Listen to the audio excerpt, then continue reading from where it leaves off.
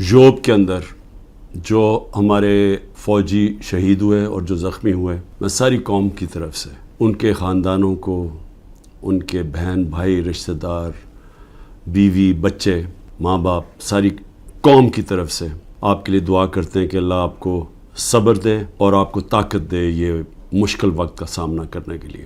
میں نے جب جنرل فیض کی بات کی اور جنرل باجوہ کو میں نے سمجھایا کہ صرف جنرل فیض کو سردیوں تک اس لیے رکھنا چاہتا ہوں کہ وہ 5 سال سے وہ سیکیورٹی چیف ہیں، انٹیلیجنس کے چیف تھے پاکستان میں، ان کے رابطے تھے افغانستان کے طالبان سے بھی، دوسری حکومت سے بھی، اور ان کا ہونا اس وقت بڑا ضروری تھا جب یہ چینج اوور ہو رہا ہو۔ میں نے کبھی بھی یہ نہیں سوچا تھا کہ آرمی چیف جنرل فیض کو میں نے بنانا ہے، کیونکہ مجھے تو پتہ ہی نہیں تھا باقی کون تھے جو رننگ میں تھے۔ لیکن یہ جنرل باجوہ نے اپنی ان کو لوگوں کو بتایا ہوا تھا کہ عمران خان نے فیصلہ کیا ہوا ہے، ان کو میرے خلاف کیا۔ اور جو اصل ایشو تھا کہ جب یہ چینج اوور ہو رہا تھا افغانستان میں، تو یہ بڑا امپورٹنٹ تھا کہ اس وقت جو ایکسپیرینسڈ سیکیورٹی چیف تھا وہ ڈیل کرتا۔ نہ ٹائم دیا گورنمنٹ نے، جو انہوں نے فیڈرل گورنمنٹ لے کے آئے، نہ ان کو کوئی انٹرسٹ تھا، یہ تو اپنے چوریاں معاف کرنے میں لگ گئے آتے ساتھ ہی، نہ ان کو سمجھ تھی۔ اس کے علاوہ جو مسئلہ آیا،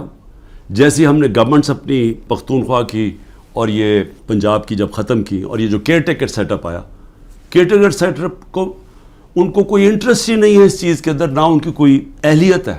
ہمارے لیڈرشپ سے یا وہ لوگ جو پکڑے ہوئے ہیں ان سے اپروور کیا بن رہا ہے، اپروور کا وعدہ معاف گواہ کیا ہے کہ جی یہ کہیں کہ یہ عمران خان کے کہنے کے اوپر ہم نے یہ کور کمانڈر کے گھر میں حملہ کیا، اور وہاں جا کے یہ بھی سننے ہیں، ذرا سنیں بات، کہ وہاں جو کاغذات جو سیکرٹ فائلز پڑی تھی ان کو کسی طرح آگ لگانی تھی یا کیا کرنا تھا۔ عمران خان جو ایک آزاد انسان ہے، وہ چاہے گا کہ اپنی فوج کمزور ہو جائے، اور فوج کمزور ہونے کا مطلب کہ ملک پھر ٹوٹ جائے، کیونکہ اتنا بڑا جو ہمارا ہمسایہ جو مضبوط ہوتا جا رہا ہے، تو ان کے تو آپ تھنک ٹینکس میں دیکھیں، ان کے تو تھنک ٹینک کہتے ہیں کہ پاکستان کو 3 حصے میں کر دو۔ پہلے تو یہ جو 164 کا بیان ہے، یہ اگر لکھوا بھی لیں گے لوگوں سے، کیا یہ قوم مان جائے گی؟ کیا 9 مئی کا قوم مان گئی ہے کہ یہ عمران خان نے ساری سازش کی تھی؟ یعنی اپنے اوپر یہ حملہ کروایا پہلے کمانڈو سے، اور اپنے آپ کو پھر اس نے جیل میں ڈلوایا، اور پھر وہ سارا پلان کے تحت اس نے فوج کے اوپر حملہ کروا دی۔ کیا یہ قوم مان گئی ہے؟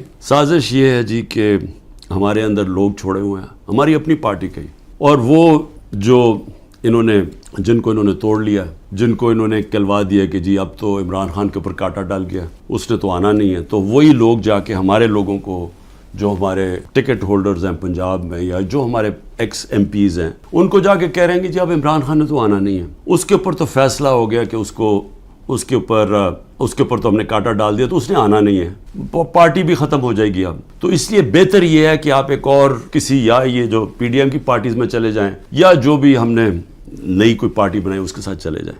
میری 3 بہنیں، کچھ نہ کچھ ان کے اوپر، ایک بہن کے اوپر کرپشن کیسز ڈالے ہوئے ہیں، دوسرے کے بیٹے کے اوپر ایف آئی آر کاٹ دیے ہیں، ایک کا بیٹا باہر چلا گیا، پاکستان سے باہر چلا گیا، تو ان سب کے اوپر کوئی نہ کوئی کیسز چل رہے ہیں، بیوی کے اوپر کیسز چل رہے ہیں۔ یہ کب تھا مجھے بتائیں کہ ہماری پولیٹکس میں یہ کب ہم اتنے نیچے گرے تھے؟ شریف خاندان کا تھا کہ گھر کی عورتوں کے اوپر ہمیشہ اٹیک کرتے تھے، بے نظیر کی اور اس کی والدہ کی تصویریں انہوں نے لاہور کے اوپر نیچے پھینکی، گندی تصویریں۔ انہوں نے وہ جو ویڈیو ٹیپس، مریم ماہر ہے ٹیپس کے اوپر، وہ ٹیپس بنا لیتے ہیں، بلیک میل کرتے ہیں، یہ تو تھا ان کی روایت پرانی۔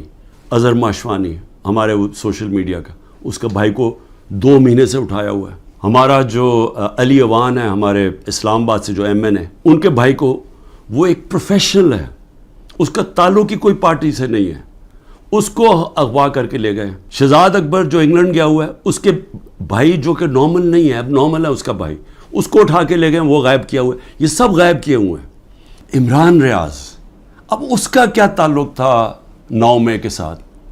وہ غائب کیا ہوا ہے، اس کو بھی عدالت کہہ رہی ہے اس کو بلاؤ، وہ بھی نہیں آ رہا۔ یعنی کب پاکستان میں ایسے ہوا تھا کہ جو بھی طاقت میں بیٹھے ہوئے ہیں، جو یہ سب کچھ کروا رہے ہیں؟ میں آپ سے ایک سوال پوچھتا ہوں کہ کبھی آپ نے سوچا ہے کہ اتنا زیادہ کسی کے ایک پارٹی کے اوپر آپ زور لگائیں اور ظلم کریں، اور وہ پھر پارٹی نہ ٹوٹے؟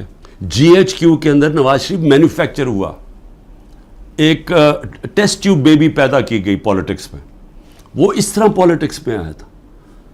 تو تجربہ، میں صرف یہ کہہ رہا ہوں کہ جس آدمی نے 0 سے پارٹی شروع کر کے 2 پارٹی سسٹم بریک کر کے آج اللہ کا کرم ہے سب سے بڑی پارٹی ہے پاکستان میں.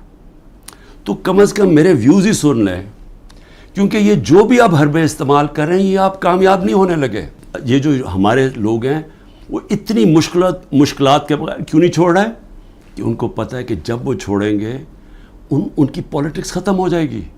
ان کو پتہ ہے کہ ووٹر جو نیچے بیٹھا ہوا ہے وہ ووٹر کہہ رہا ہے کہ اگر آپ نے تحریک انصاف کے ٹکٹ کے اوپر نہ لڑے ہم آپ کو ووٹ نہیں دیں گے. میں تو اپنے نظریے کے ساتھ کھڑا ہوں, لیکن یہ انجینئرنگ سے ملک کو وہ نقصان ہوگا جو ہماری معیشت کوئی بھی نہیں سنبھال سکے گا. یہ کہا جا رہا ہے جی کہ لیول پلینگ فیلڈ تب ہوگی جب نواز شریف آ جائے گا. تو ساروں کی تو کرپشن کیسز ختم کر دیے ہیں, تو رہ کیا گیا اب؟ تو اس کو بلا لیں واپس. وہ کیوں نہیں آ رہا پاکستان؟ میرا ایک چیلنج ہے کہ جس حلقے سے بھی وہ کھڑا ہوگا میں اس حلقے سے کھڑا ہوتا ہوں, اور میں کوئی کیمپین بھی نہیں کروں گا. یہ ڈر ہے نا کہ عمران کو جیل میں ڈال دو, میں کیمپین بھی نہیں کرتا. لیکن میں آج آپ کو پاکستان کی عوام کی فیلنگ بتا رہا ہوں کہ یہ ملک بدل چکا ہے. یہ ملک کبھی بھی اس طرح کے لوگوں کو اب ووٹ نہیں دے گا.